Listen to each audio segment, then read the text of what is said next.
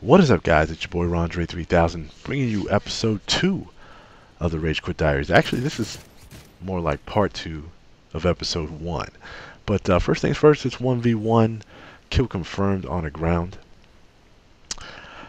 Still not sure exactly how I feel about this map, especially when it's kill confirmed, because the spawns on this particular map are so sticky. You're going to see here that I try to work the spawn trap there, but snipers on this map, if it's team deathmatch, definitely have the upper hand. It's very difficult to see them, especially when they're rocking assassin, because you don't get the name pop up above them. And this map is really one that lends itself to long range engagements. All that being said, I do fairly well in this game, so that's why it's part of the Rage Quit Diaries. I do make my opponent rage quit with I think with 1 kill left to go in the game. But anyways, all that aside,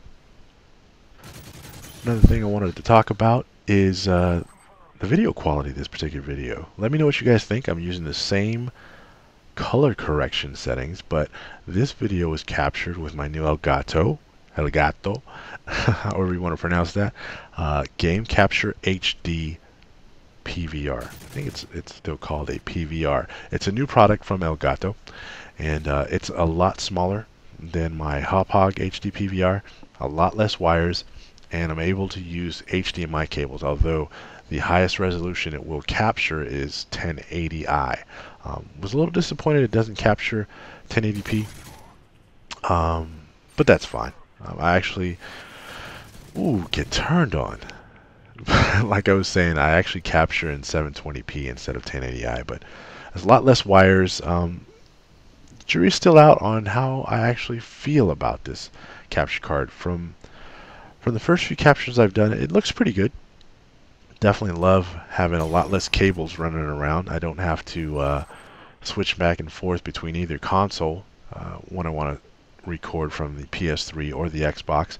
I can actually have them both hooked up because they use different cables at the same time, so that's a huge convenience. But anyways, let's get into the topic of this particular commentary. Like I said, it's part 2 of the first episode of the Rage Quit Diaries, and I had mentioned at the end of that commentary how I wasn't meaning to come off like Call of Duty was a bad thing, that it was all Call of Duty's fault that I was an addict. Definitely not. We're not talking cigarettes or crack cocaine here. It was definitely my own personality and how I handle my hobbies, and it's a character flaw that I've got to work on. Something that I struggle with from time to time, and I'm sure a lot of guys can, or guys and girls can identify with or agree with. I'm one of those people that when I get into a hobby, I become overly obsessed. I go all in, as some people say. Um, let's take golf, for example. Uh, the average weekend golfer wouldn't be able to tell you the performance differences between a ball like a TaylorMade Penta 5 versus something like a Titleist DT roll. They just wouldn't, because most amateur golfers or casual golfers don't care about stuff like that. I do, because I've just got a voracious appetite for information when it comes to my hobbies. I want to know all there is to know about the hobby so that I can be armed with information, make smart choices when I'm buying as a consumer, and all around just play better. I'll give you another, for instance. When it comes to motorcycle racing or tires and suspension, the average motorcycle rider wouldn't be able to look at the tread on their tires or the wear pattern and tell you how their suspension is out of adjustment and exactly what to do to correct those misadjustments. I can, because I was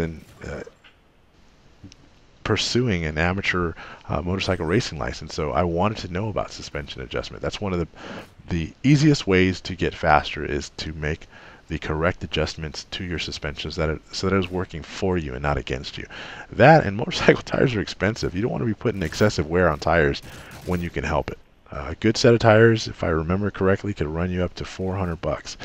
and generally those would last you 2, 3, maybe even 4 track days, depending on the bike, whether you're riding a 600cc bike or a big bike like a liter bike, an R1, GSX-R 1000, something like that.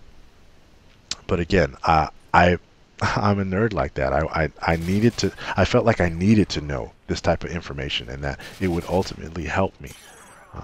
And if I didn't know things, it was almost like an anxiety.